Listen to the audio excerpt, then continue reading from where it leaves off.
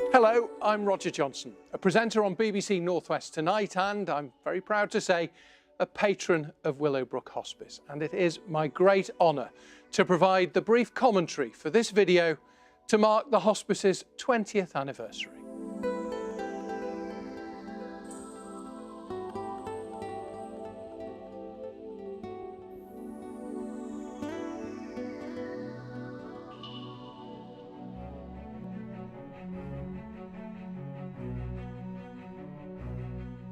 As a result of local residents campaigning for a hospice, a steering committee was formed in 1991 to assess the viability of the proposal.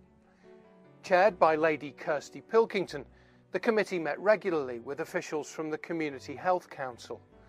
From the outset, the committee was assisted in its work by groups of volunteer fundraisers committed to raising the £1.8 million required to launch the project.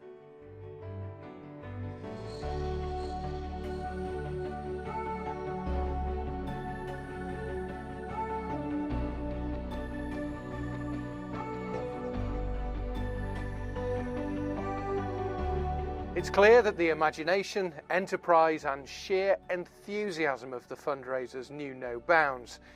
In addition to the routine raising of funds by way of cake stalls, sponsored walks, runs, swims and the occasional parachute jump, committee members and volunteers contacted organisations and individuals with a view to persuading them to organise or participate in events to raise funds in support of the project.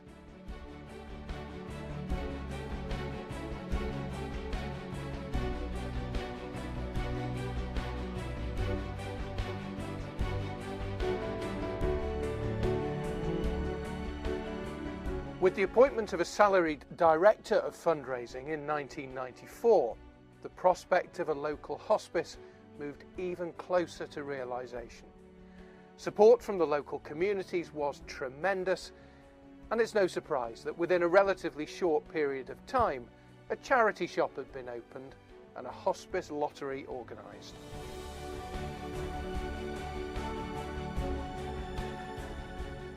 By 1995, sufficient funding had been secured and tenders were invited for the construction of the hospice on the Portico Lane site. On the 9th of January 1996, a group comprising civic dignitaries, committee members, volunteers, officials and contractors met at the nearby Grapes Hotel prior to travelling the short distance to the Portico Lane site for the turning of the first sod by Lord Derby. Lady Kirsty's comments to the group were particularly poignant, as she expressed her gratitude to the large number of volunteers who had helped to make the dream a reality. At that same time, she displayed a determination that would inspire all to ensure the future of the project. Almost exactly 5 years ago, a group of people met to discuss the possibility of building a hospice to serve the residents of St Helens and Knowsley. That group was labelled well-meaning but amateur. Well-meaning, yes. Amateur, maybe, but not any longer.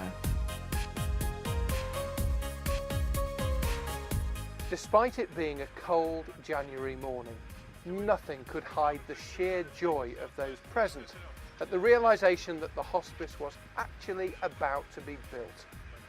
Under strict supervision, Lord Derby gingerly took the controls of a mechanical digger and slowly scooped up the first sod. Building had started. The machine operator was left to carry on, and the launch party retreated to a nearby church hall for refreshments and additional speeches.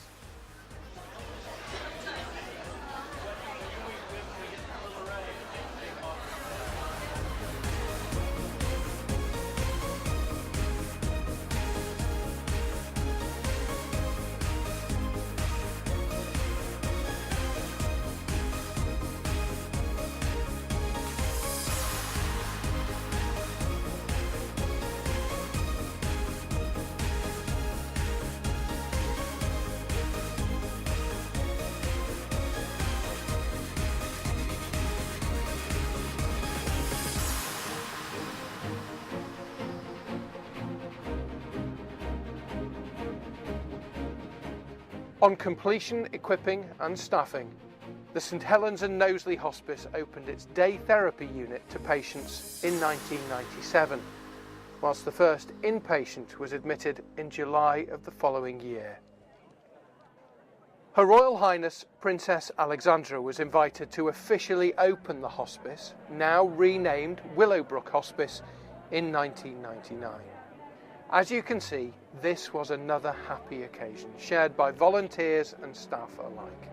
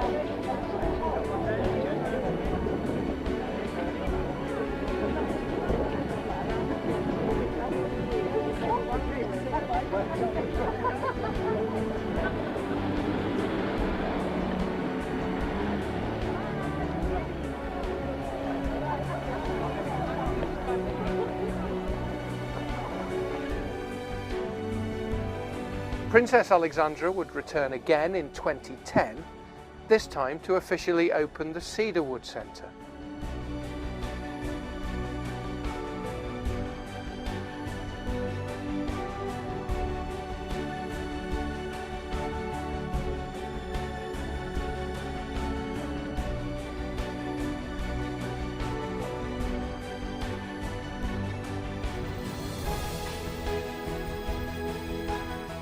Great care has been taken to ensure that the grounds of the hospice provide a relaxing and colourful retreat for patients, staff, families and visitors. Staff and volunteers tend the grounds, including the beautiful Japanese gardens, and it's perhaps not surprising that the gardens have attracted national awards.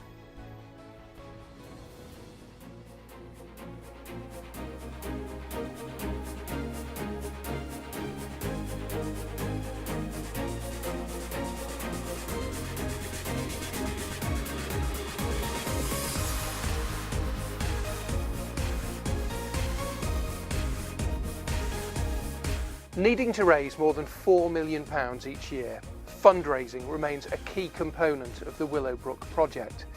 Now with 14 retail outlets over a large area, the charity shops make a major contribution to fundraising. And all the time, fundraising goes on. With salaried staff and an army of willing volunteers, ever more ambitious schemes are promoted in order to attract the finance necessary to maintain services at Willowbrook. Whether it's by way of wing walking strapped to an ancient biplane, cycling to Beijing, or simply completing a sponsored walk, the fundraising efforts are essential. A debt of gratitude is owed to those who had the early vision, drive, and enthusiasm to launch the original project. Many of those are still actively involved with the hospice, and many more have become volunteers in the meantime. It's perhaps no surprise that the prestigious Queen's Award for Voluntary Service was awarded to the hospice volunteers in 2016. And what of the future? The hospice has a dedicated staff, supported by an equally dedicated body of volunteers, all committed to ensuring that patients are afforded the very best of care and attention. No matter how small or large your contribution to the Willowbrook story thus far, Thank you.